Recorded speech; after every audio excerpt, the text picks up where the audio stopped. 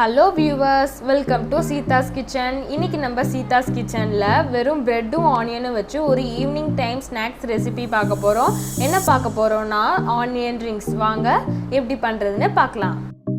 இதுக்கு தேவையான பொருட்கள் ரெட் கிரம்ஸ், அரிசி மாவு, மைதா மாவு, வெங்காயம், இஞ்சி பூண்டு விழுது, சில்லி ஃப்ளேக்ஸ், அப்புறம் இதுக்கு தேவையான உப்பு. இப்போ ஒரு மிக்சிங் பவுல் எடுத்துட்டு அதில் அரிசி மாவு 3 டேபிள் ஸ்பூன் ஆட் பண்ணிக்கிறேன். அரிசி மாவு நம்ம ஏன் ஆட் பண்ணுறோன்னா ஆனியன் ரிங்ஸ் நல்லா கிறிஸ்பியாக இருக்கும். இதுக்கப்புறமா மைதா மாவு 2 டேபிள் ஸ்பூன். இதோட காரத்துக்காக நான் சில்லி ஃப்ளேக்ஸ் ஆட் பண்ணிக்கிறேன். உங்ககிட்ட இது இல்லைன்னா காஞ்ச மிளகாயை நல்லா பவுடர் பண்ணி சேர்த்துக்கோங்க. இதுக்கப்புறம் இதுக்கு தேவையான உப்பு, அப்புறமா இஞ்சி பூண்டு விழுது 1 ஸ்பூன்.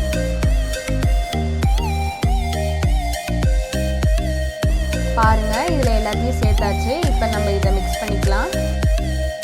இந்த மாவு நல்லா பஜ்ஜி மாவு பதத்துக்கு வரணும். அந்த அளவுக்கு நல்லா மிக்ஸ் பண்ணிக்கிட்டே இருங்க. தண்ணி விட்டு நல்லா மிக்ஸ் பண்ணிக்கோங்க.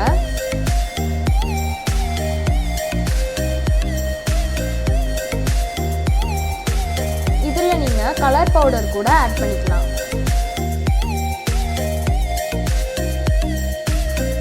இப்ப பாருங்க, நம்மளோட மாவு தயாராயிடுச்சு.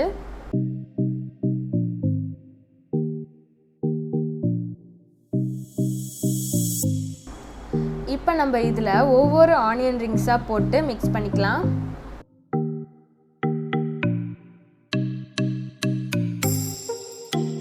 இதுக்கப்புறம் பிரெட் கிரம்ஸ் எடுத்து வச்சுருக்கேன். அதில் இதை போட்டு நல்லா கோட் பண்ணிக்கலாம்.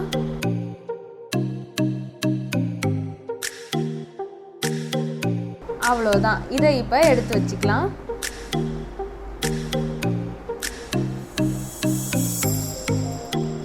இதே மாதிரி எல்லா ஆனியன் ரிங்ஸையும் நம்ம ரெடி பண்ணி வச்சுக்கலாம்.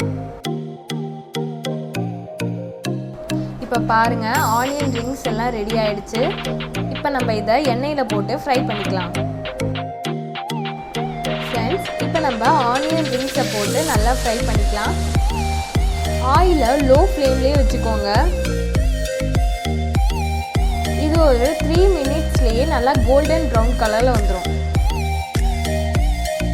இதோட டேஸ்ட் அட்டகாசமாக இருக்கும். இதை வீட்டில் செஞ்சு பாருங்கள். நம்மளோட ஆனியன் ரிங்ஸ் நல்லா ஃப்ரை ஆகி சூப்பராக இருக்குது. பாருங்கள், எவ்வளோ கிறிஸ்பியாக இருக்குல்ல. பாருங்கள், நம்மளோட ஆனியன் ரிங்ஸ் எல்லாம் நல்லா கிறிஸ்பியாகி சூப்பராக இருக்குது. இதை வீட்டில் செஞ்சு பாருங்கள். செஞ்சு பார்த்துட்டு டேஸ்ட் எப்படி இருந்துச்சுன்னு மறக்காமல் கீழே கமெண்ட் பண்ணுங்கள்.